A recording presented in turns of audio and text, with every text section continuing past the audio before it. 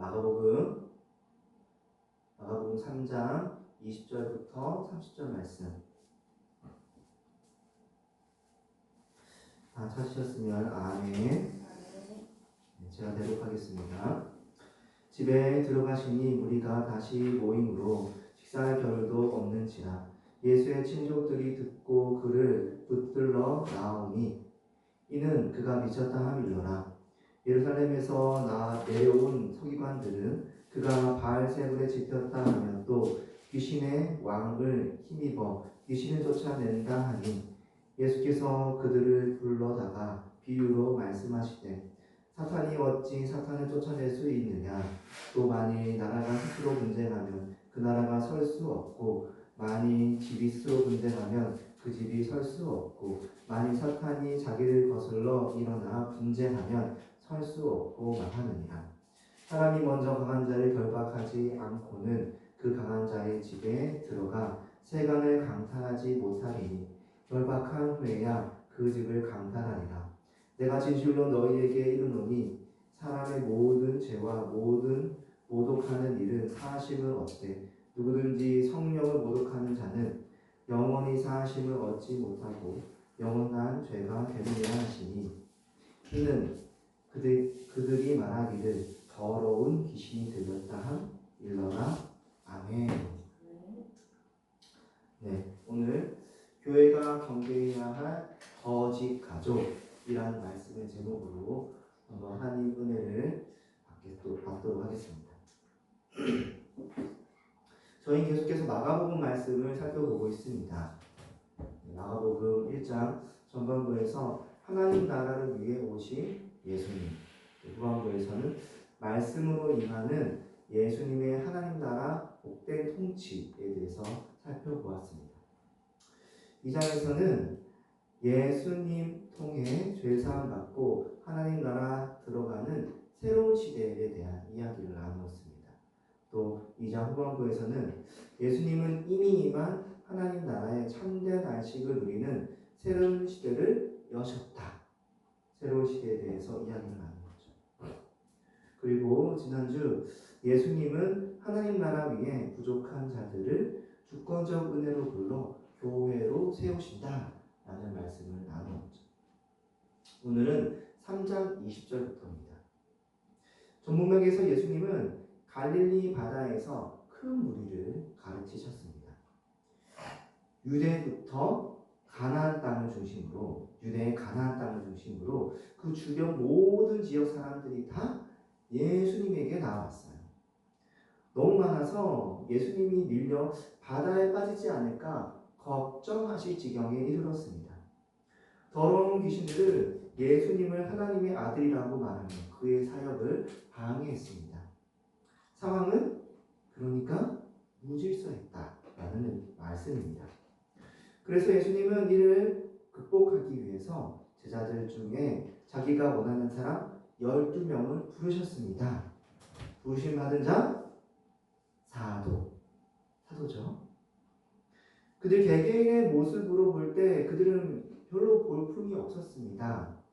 성격이 불같은 사도도 있었고 또 성격이 번개 같은 자들도 있어서 그들은 우레의 아들이라고 부르기도 했죠. 어떤 이는 죄인과 같은 세리의 일을 하기도 했습니다. 대단히 과격한 성격을 지녀서 열심당한 일을 하던 사도도 있었죠. 대다수 제자들은 갈릴리 시골 출신 어부였습니다. 심지어 사도 중에는 예수님을 팔 자도 있다고 말하고 있었어요. 그들 모두 하나님 나라 사역을 할 유능한 제자라고 보기에는 좀 부족한 모습이 있었습니다. 그러나 예수님은 오직 은혜로 그들을 세우셨고 그들을 통해 교회를 세우시기로 작정했습니다. 이 땅의 지역교회가 바로 그런 곳 아닐까요? 사람의 능력이 아닌 오직 예수님의 은혜로 세워진 초월적 기관, 교회. 하나님 나라를 볼 수 있고 맛볼 수 있는 기관, 교회. 그런 기관이 바로 교회입니다. 또 예수님과 제자들에겐 어떤 일들이 일어났을까요? 한번 살펴보겠습니다. 마가복음 3장 20절 말씀입니다. 제가 읽어볼게요.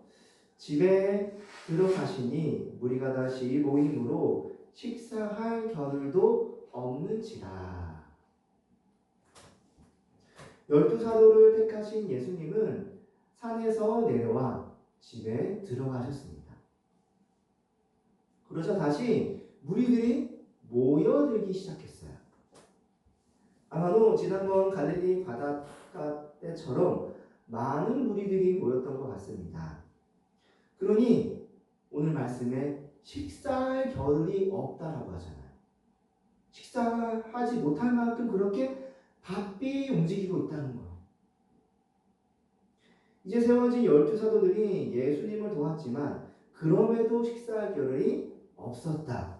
사람이 얼마나 많으면 그랬을까요?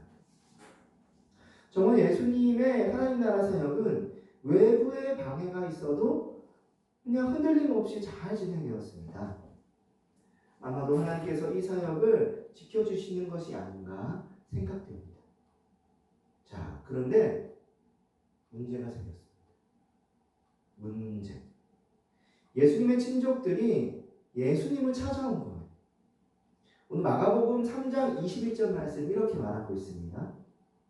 예수님의 친족들이 듣고 그를 붙들러 나오니 이는 그가 미쳤다 함이로라. 미쳤다. 자, 예수님의 친족들은 예수님과 혈연 관계, 육체적으로 가족 관계에 있는 사람들입니다. 그들은 그러니까 예수님을 잘 알아요. 예수님을 잘 알 때 어쩌면 그들 생각에는 예수님보다 그들이 예수님을 더 잘 안다고 생각할 수도 있어요. 왜냐하면 그들 중에는 나이가 많아서 예수님이 태어나기 전 예수님의 가정도 알고 태어난 예수님도 보았고 예수님이 모르는 예수님의 어린 시절도 알았거든요. 그들은 예수님뿐만 아니라 그의 부모님, 형제, 자매들과도 잘 알았어요. 그들이 커가는 것도 다 잘 알고 그들 친족들 가정에 밥숟가락도 몇 개 있는지 알았을지도 모릅니다. 그런 친척들이 예수님에게 온 이유가 안 좋았어요. 예수님의 소식을 듣고 예수님을 붙잡으러 왔다는 말씀입니다. 주변에서 그가 미쳤다는 소식을 그들이 들었기 때문에 안 되겠다. 예수님을 붙잡아서 집에 가둬서 더 이상 그런 일들 못하게 해야 되겠다. 그렇게 생각한 것 같습니다. 예수님이 유대인이시죠? 그러니까 친척도 유대인이에요. 유대인들은 성경을 잘 압니다. 즉, 그런 유대인으로서 예수님을 어린 시절부터 쭉 봐온 어른으로서 아니야, 이건 아니야 라고 생각했던 거예요. 친척들은 예수님의 하나님 나라 사역을 이해 못했다는 거예요. 사람들에게 복음을 가르치는 사역도 병자를 고치는 사역도 이해하지 못했습니다. 특히 예수님이 미쳤다고 하는 것으로 보아 예수님이 귀신을 쫓아내는 사역을 이해 못했던 것으로 보입니다. 왜냐하면 바로 22절에 예수님이 귀신의 왕을 힘입어 귀신을 쫓아낸다고 하였기 때문입니다. 예수님의 친척들은 정말 실망스럽습니다. 자, 생각해 봅시다. 어떻게 예수님을 오랜 시간 봐왔음에도 예수님을 이해 못할 수가 있죠? 좀 믿어주고 밀어주고 그러면 얼마나 좋아요. 잘 되고 있잖아요. 사람들 많이 오고. 예수님은 친척 아닌가요? 가족이 하나님을 위해 일하고 있으면 함께 도우면 얼마나 좋습니까? 유대인으로서 성경을 좀 알면 예수님이 전파하는 복음을 제대로 듣고 깨달아서 함께하면 얼마나 좋아요. 그게 어렵나요? 예수님이 앞서 다 하시고 계신데 친척들은 가족이고 성경을 알면은 방해 안 하면 되는데 오히려 방해하고 있어요. 이 때문에 예수님은 그의 친족들이 집 밖에 왔다고 하는 그 사람들의 말을 들어도 만나러 안 나갑니다. 육신의 가족들은 가족이라고 여기지 않았던 거예요. 오히려 예수님과 함께하는 자들은 가족으로 여기십니다. 근데 여기서 한술 더 떠서 예루살렘에서 내려온 서기관들도 예수님을 방해하네요. 오늘 말씀을 보니까. 자, 그들은 서기관들입니다. 서기관들. 성경을 기록하는 자로서 성경 말씀을 잘 알았습니다. 성경을 따로 연구도 했기에 어쩌면 예수님의 복음을 더 잘 깨달을 수 있는 조건도 되잖아요. 특별히 이 서기관들은 예루살렘으로부터 왔다고 합니다. 즉 하나님의 성전이 있는 예루살렘에서 온 자들인 거예요. 당시 예루살렘 성전은 아직 제사장들이 있어서 성전에서 하나님께 예배를 제사를 드렸습니다. 성전에서 제사장을 통해 하나님께 제사를 드리며 사람들은 하나님의 함께 하심을 느꼈습니다. 그래서 성전은 유대인들에게 하나님이 계신 곳이었어요. 그렇게 보면 예루살렘에서 내려온 서기관들은 좀 더 하나님과 가깝게 있던 자들 아닌가요? 맞죠? 더 성전에 가까이 있고 성전에서 일도 하고 대제사장, 제사장을 도와서 성경과 관련된 일도 하고 그들은 어떻게 보면 성전에 자주 갔다고 말할 수도 있어요. 권위 측면에서도 보면은 예루살렘에서 왔기에 권위자와 연결되어 있다는 생각도 할 수 있죠. 즉 누군가의 보냄을 받아서 예수님에게 왔지 않았을까 싶어요. 자, 중요한 것은 그들도 또한 예수님의 사역을 방해했다는 거예요.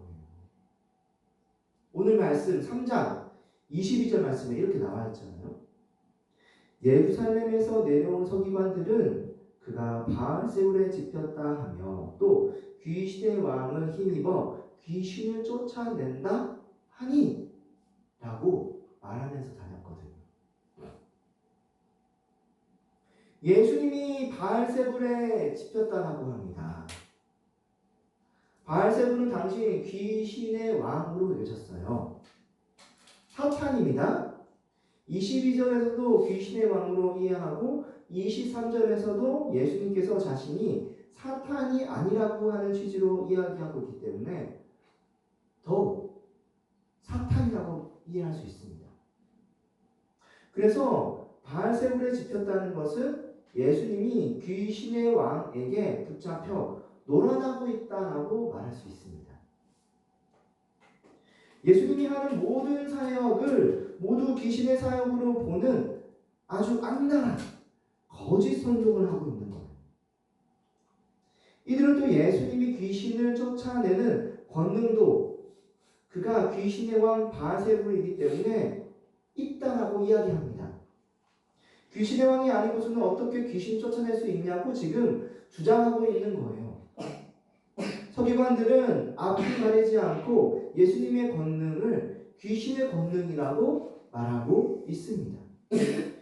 이들이 이렇게 하는 이유는 분명합니다. 예수님, 사람들을 선동해서 더 이상 더 큰 무리가 예수님을 따르지 못하게 하기 위함입니다. 예수님의 하나님 나라 사역에 많은 사람들이 동조했기에 예루살렘 종교 지도자들이 위협을 느끼고 서기관들을 보낸 것이 아닌가 생각이 됩니다. 서기관들이 혼자 느닷없이 이런 일을 할 수 없는 거예요. 성경이 그들을 예루살렘에서 내려온 서기관이라고 하고 있기 때문에 더욱 그렇게 생각할 수 있습니다. 그런데 돌이켜보면 서기관들 너무하지 않나요? 그들도 하나님을 섬기는 자인데 그들도 하나님을 위해서 성경도 읽고 가르치고 있지 않습니까? 예루살렘에 있는 종교 지도자들도 다 성전에서 하나님의 일을 하고 있지 않습니까? 하나님도 섬기고 제사도 지내고 백성들을 위하고 그래서 존경받고 종교 지도자들이라고 여겨지고 있잖아요. 그런데 어떻게 하나님 나라와 영광을 위해서 일하는 예수님을 이렇게까지 방해합니까?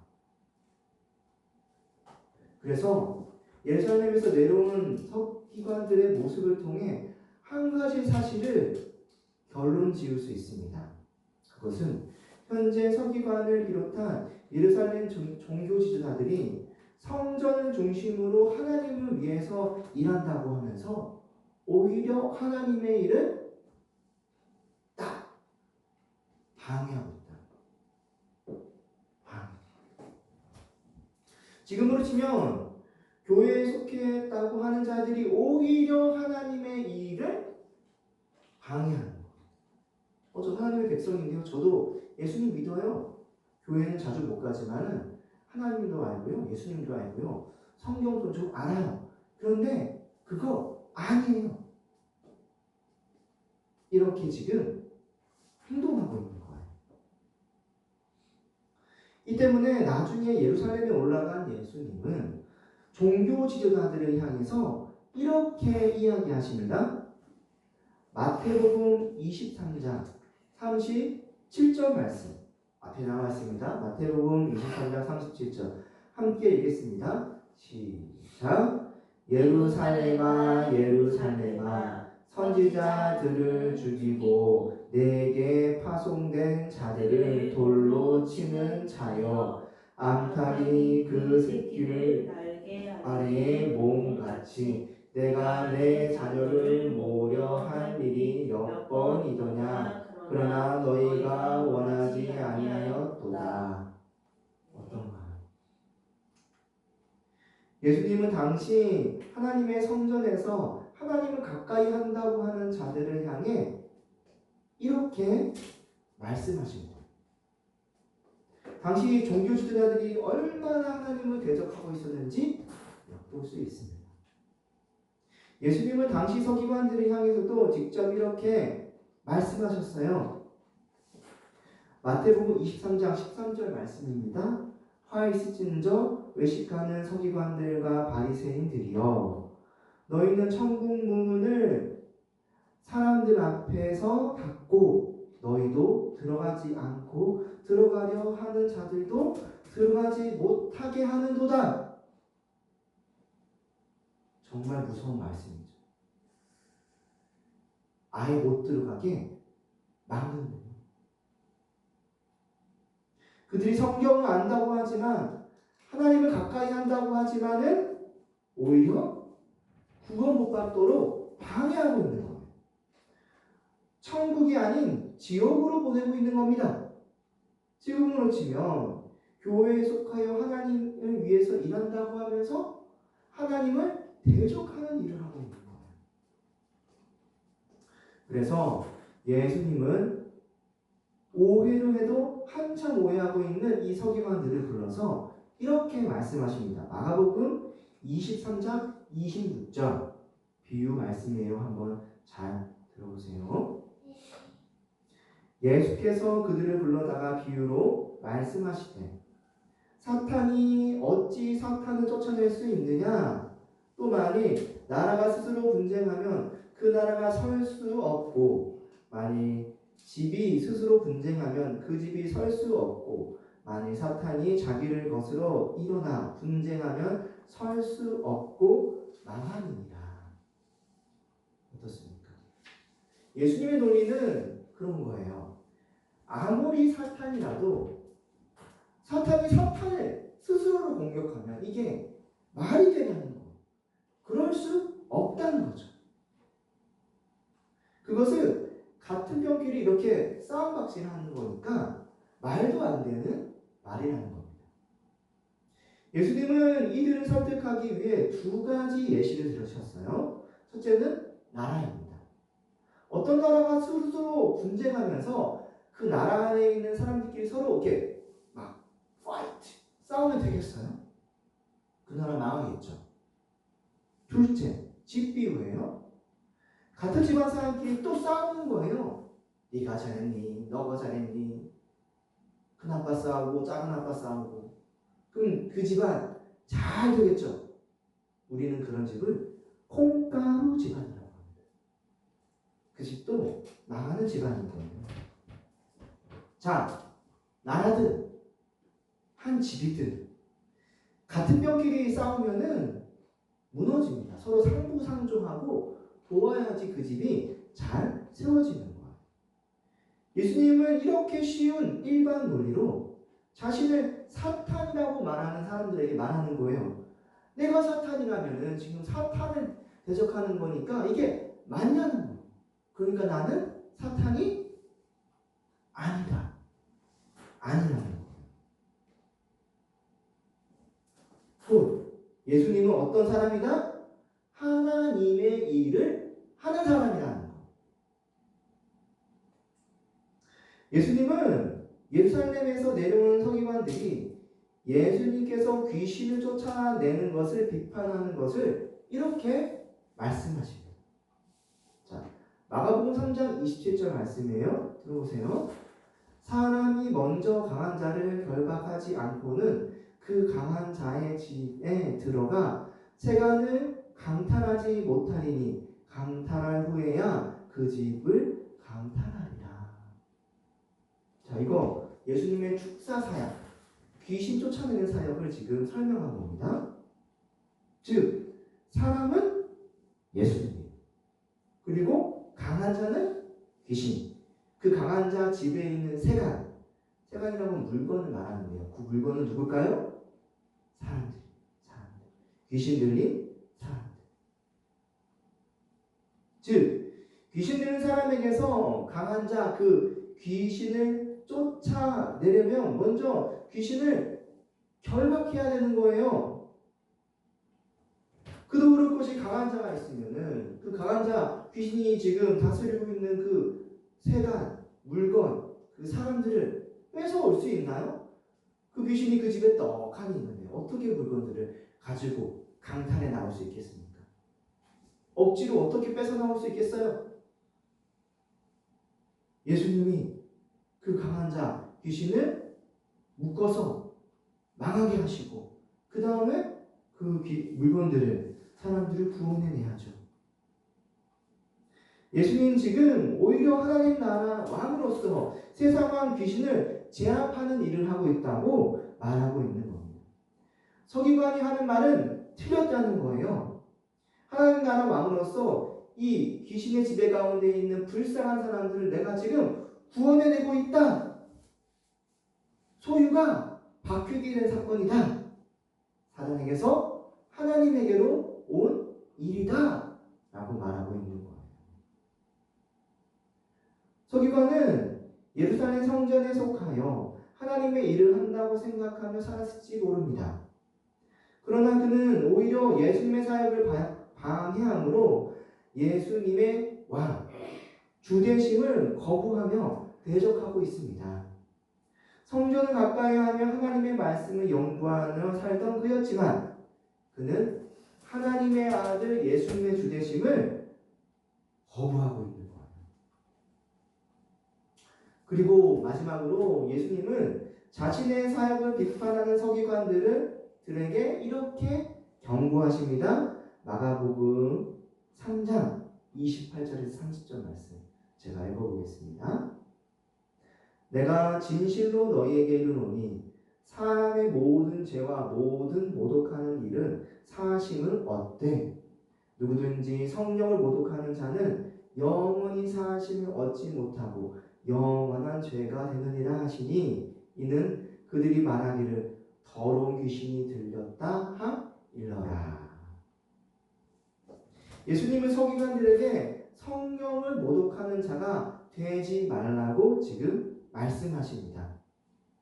모독하면 죄의 사함을 얻지 못하고 영원히 죄가 된다는 거예요. 이거 망한다는 말이죠. 예수님은 이들의 성령 모독을 자신의 사역과 연결해서 말씀하십니다. 이는 그들이 말하기를 더러운 귀신이 들렸다 함이라. 이렇게 자신의 사역과 연결하는 거예요. 즉 하나님 나라 사역을 하는 예수님에게 귀신 들렸다라고 말하는 것은 성령을 모독하는 거다라고 말씀하신 거예요. 우리가 아는 바대로 예수님은 성령으로 기름 부음 받은 자입니다. 마가복음 1장에서 세례 요한이 예수님에게 물로 세례를 베푸실 때 누가 내려오시나요? 성령. 비둘기같이 내려오시죠? 그 이후 성령이 예수님과 함께 사역하셨고 예수님의 일은 곧 성령의 일이 되는 겁니다. 예수님이 성령과 함께한 일은 하나님의 구원을 위해 행하신 하나님 나라 일인 거예요. 실제로 예수님은 공생의 기간 자신의 사역이 성령과 함께하는 사역임을 이렇게 실제로 말씀하셨습니다.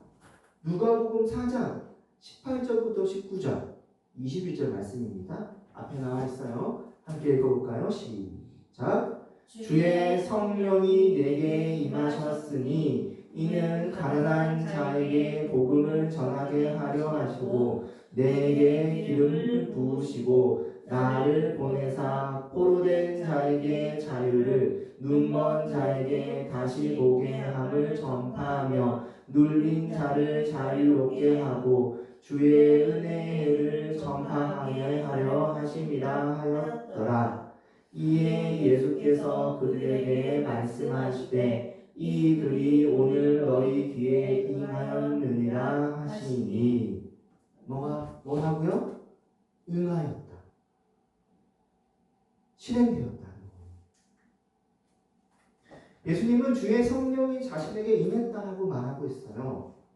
하나님의 영 성령은 곧 예수의 영이시며 예수님의 공생의 가운데 함께 하셨던 거예요. 예수님은 그 성령과 함께 가난한 자, 포로된 자, 눈먼 자, 눌린 자, 하나님의 복음을 선포하며 은혜를 선포해서 그들을 구원으로 이끄셨어요. 이 말씀이 지금 그들에게 응하였다라고 말합니다. 지금 성령께서 예수님과 함께하면서 사역하고 이 놀라운 은혜를 전하고 있다는 거예요. 이 때문에 예수님이 하나님 나라 사역을 귀신의 왕 사역이라고 비방했던 그 서기관들은 죄사함을 얻지 못하는 것이다라고 말하는 거예요. 당연하죠. 단순히 성령을 모독한 게 예수님 모독한 게 아닌 거예요. 성령께서 예수님과 함께하는 그 하나님 나라 복음 사역을 그들이 거부한 거예요. 방해한 거예요. 이 세상 모든 죄인들을 구원하기 위해 하시는 그 일을 거부하고 예수님의 주되심도 거부하고 복음을 안 믿겠다는 거예요. 그럼 구원 못 받는 거죠. 당연하죠. 복음을 거부하는 자 당연히 구원 못 받는 거 아닌가요? 예수님의 왕되심도 거부하는 자 어떻게 구원을 받겠습니까? 하나님 나라 왕을 대적하는 자에게는 영원한 감옥만 있는 거예요. 그러므로 우리는 이렇게 정리할 수 있습니다. 예수님은 성경과 예수님을 알고 교회를 가까이 해도 복음과 예수 주되심을 거부하면 하나님의 가족, 교회로 여기시지 않는다. 충격적인 말씀이죠. 오늘 본문에는 누구보다도 예수님의 가족 같고 동료 같았던 두 부류의 사람들이 나왔어요.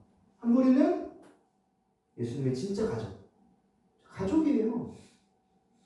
두 번째는 예루살렘에서 내려온 서기관, 하나님의 일을 그때 당시에 직접 성전에서 하고 있던 사람들이었어요. 예수님의 친족은 예수님의 피부치 육체적 가족 아니겠습니까? 얼마나 끈끈해요. 어린 시절도 알지요. 예수님도 정서적으로 이해할 수 있어요. 성경도 알아요. 더 예수님의 일을 잘 도울 수 있었어요. 그러나 예수님을 미친 사람 취급하면서 하나님 나라 복음을 거부했습니다. 그들은 예수님을 부끄러워했어요. 얼마나 어두운 가운데 있는 자인가요? 가족이라고 말할 수 있나요? 아무리 예수님을 잘 알아도 소용없습니다. 성경을 알아도 소용없고 복음을 깨닫지 못하면 소용없는 거예요. 구원자 예수 그리스도를 거부하면은 그는 하나님의 가족이 아닙니다. 우겨도 소용없어요. 예루살렘에서 내려온 서기관들도 마찬가지입니다. 그들이 예루살렘 성전을 섬기고 있어요. 성경도 연구하고 있습니다. 그 일을 돕고 있고요. 제사도 드리고 있고요. 하나님께 예배를 드리고 있어요. 모든 하나님의 백성들이 그들을 박수치고 좋아할지 몰라요. 좋은 일 할지 몰라요. 그러나 예수님의 주되심을 거부하고 예수님의 복음 하나님의 나라 사역을 거부하면서 예수님 귀신 들렸다고 하는데 어떻게 그들에게 구원이 있을 수 있겠습니까? 성령을 모독하는 자는 영원히 사하심을 얻지 못한다. 하나님의 복음 사역, 예수님의 주되심을 거부하면은 예배당에 자주 오든 예수님을 성경을 통해서 알든 뭐 어떻든 다 멸망 가운데 있는 자입니다. 그래서 예수님은 마가복음 3장 33절 말씀에 누가 내 어머니이며 동생들이냐라고 말씀하신 거예요. 그들은 내 가족이 아니다. 육체적 가족이라 할지라도 지금 당장 하나님의 성전에서 하나님을 예배드리는 영적 가족처럼 보일지라도 그들은 아니다. 그들이 아름이 무겨도 아니다. 진정한 가족이 아니라고 말씀하십니다. 성경을 알아도 그렇다는 겁니다. 그러므로 예수님은 성경과 예수님을 알고 교회를 가까이 해도 복음과 예수 주되심을 거부하면 하나님의 가족, 교회로 여기지 않습니다. 누가 하나님의 가족인지 아닌지 교회에 속해 있는지 아닌지 구별하는 것은 어찌 보면 좀 민망하고 슬픈 일입니다. 그도 성경을 알고 예수님도 알고 예배당에 나오고 교회도 섬겨봤다고 하는데 그럼 당신도 잘하셨네요. 당신도 구원 받았네요. 하나님의 백성입니다 하고 한번 인정해주면은 얼마나 좋아요. 교회에 5번 오면은 당신은 하나님의 가족입니다 말해주면은 얼마나 좋습니까? 성경 읽어봤어요? 성경 그거 잘 읽어보면은 네 됩니다. 얼마나 좋습니까? 그러나 오늘 주님은 그렇지 않다는 거 구별해야 된다. 마가복음 3장 31절에서 33절에서 예수님은 자신의 친족들이 예수님을 찾아와 도 그들을 만나주시지 않았어요. 그들의 목적이 예수님을 붙잡아 고향에 데려가는 것이라는 것을 잘 알았기 때문입니다. 그들을 하나님의 가족으로 인정하지 않았어요. 오히려 누가 내 어머니냐? 누가 내 동생이냐? 라고 말씀하시며 그들을 거부했습니다. 예루살렘에서 내려온 서기관들도 마찬가지입니다. 아니고 그들은 오히려 예수님의 사역을 그냥 모독하는 자일 뿐인 겁니다. 예수님은 자신과 함께하는 자들이 바로 하나님의 가족이라고 이야기하셨습니다. 그들이 하나님의 가족이다. 진짜 가족은 예수님과 함께하는 자들인 거예요. 그 복음을 믿고 하나님 나라 사역에 동참하며 예수님의 주되심을 고백하는 자. 교회는 거짓 가족들을 깨우쳐서 예수님을 믿는 하나님의 가족으로 나올 수 있도록 일을 해야 합니다. 이것이 바로 이 시대의 교회, 하나님의 백성들이 해야 할 일인 거예요. 예수님은 정말 그런 권세가 교회에게 있다라고 이야기하셨습니다. 마태복음 16장 18절부터 19절 함께 읽어볼까요? 앞에 나와 있습니다. 시작. 또 내가 내게 이르노니 너는 베드로라. 내가 이 반석 위에 내 교회를 세우리니 음부의 권세가 이기지 못하리라. 내가 천국 열쇠를 내게 주리니 내가 땅에서 무엇이든지 매면 하늘에서도 매일 것이요 내가 땅에서 무엇이든지 풀면 하늘에서도 풀리리라 하시고. 아멘. 어떻습니까? 예수님은 사도 베드로에게 천국 열쇠를 주셨다고 하셨습니다. 사도는 교회의 대표죠. 즉 그 천국 열쇠는 바로 교회에게 있는 거예요. 교회가 어떻게 하느냐에 따라서 하늘에서 매일 수도 있고 풀릴 수도 있는 거예요. 즉 교회가 땅에서 매면은 매이는 것이고 풀면 풀 수도 있는 권세가 있다는 겁니다. 교회는 이 땅에 복음을 선포하고 죄인들이 구원을 이룰 수 있도록 특별히 세워진 기관 아니겠습니까? 그러니까 그런 권세가 있죠. 교회가 아니고서 이 복음을 어떻게 들을 수 있으며 교회가 속한 신자들이 아니고서는 어떻게 듣겠습니까? 그래서 교회는 구원을 위해 세워진 초월적 기관입니다. 예수님이 이 복음을 교회에게 맡기셨고 교회는 누가 하나님의 가족인지 아닌지를 구별하며 신자들을 구원으로 이끌 책임이 있습니다. 하나님이 부르시는 그 하나님의 백성, 그들을 말입니다. 거짓 가족을 구별하고 믿음의 가족으로 세울 책임이 교회에게 있습니다. 누가 하나님의 가족인지 아닌지 구별하여서 가족이 아닌 자는 버리는 것이 아니라 그가 구원에 이를 수 있도록 가르치고 또 가르치고 말씀을 선포하고 하는 일이 있는 거예요. 제가 복음을 전도하면서 예수님을 안다라고 성경을 읽었다라고 하는 사람들 벌써 3명째 만났습니다. 그들이 저와 대화할 때 그들도 성경을 알고 예수님을 안다라고 당당하게 말하더라고요. 그러면서 오히려 교회를 시작하는데 교회가 하나님의 말씀과 예수님의 말씀을 구별해서 읽지 못한다고 이야기도 하더라고요. 그 말 틀린 말이죠. 하나님과 예수님은 하나님으로서 삼위일체 하나님으로서 말씀을 생각해야 되는데 그가 그것을 잘 모르고 그도 성경 좀 봤다고 그렇게 말을 하는 거. 누가 그들을 구원으로 이끌겠습니까? 교회입니다. 그는 스스로 나도 이 정도 성경 아니까 하나님의 가족이야. 나도 하나님을 알아, 예수님을 알아. 그렇게 생각할지 몰라요. 근데 그들은 하나님 가족 아니거든요. 또 그런 자들이 교회에도 있을지 몰라요.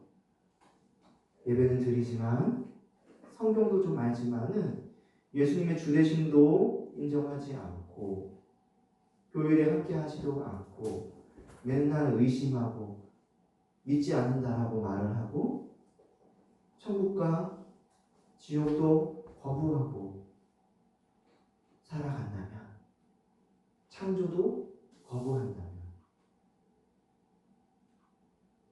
교회는 이런 것들을 분별하여서 그들이 진짜 하나님의 가족으로 세워질 수 있도록 해야 할 책임이 있습니다.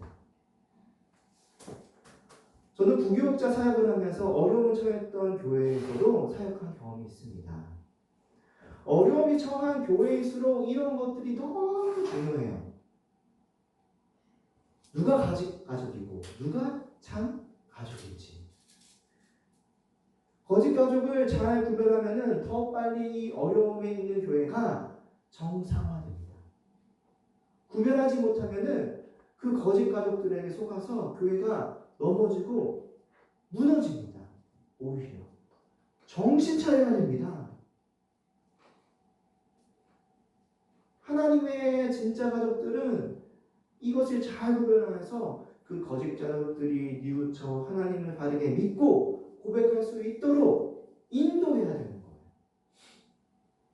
교회 밖에 있는 자들도, 교회 안에 있는 자들도 인도해야 될 책임이 바로 우리에게 있다.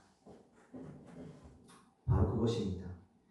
이것은 정죄하고자 해서 그런 것이 아닙니다. 그들이 깨달아 하나님의 구원으로 나올 수 있게 하기 위해서입니다. 이제 말씀을 맺겠습니다. 오늘 한 가지 사실에 대해서 이야기 나누었습니다. 예수님은 성경과 예수님을 알고 교회를 가까이 해도 복음과 예수 주되심을 거부하면 하나님의 가족 교회로 여기지 않는다. 이 책임이 바로 교회에게 있습니다. 묶을 권세도 있고 풀 권세도 있고 이 복음의 권세를 지닌 교회가 하나님 나라 사역을 힘껏 해나갑시다. 하나님의 가족으로서 이 시간 함께 기도하겠습니다. 기도할 때 주님 우리를 사용하여 주시옵소서. 주 예수 그리스도의 복음을 깊이 생각하여서 주를 위해서 하나님의 진짜 가족으로서 거짓 가족들을 잘 분별하여서 주의 길로 인도하는 우리 말씀으로 교회, 이 땅에는 모든 지역교회가 될 수 있도록 도와주시옵소서. 내가 그러한 하나님의 가족 구성원으로서의 역할을 잘 감당할 수 있도록 도와주세요. 이 시간 함께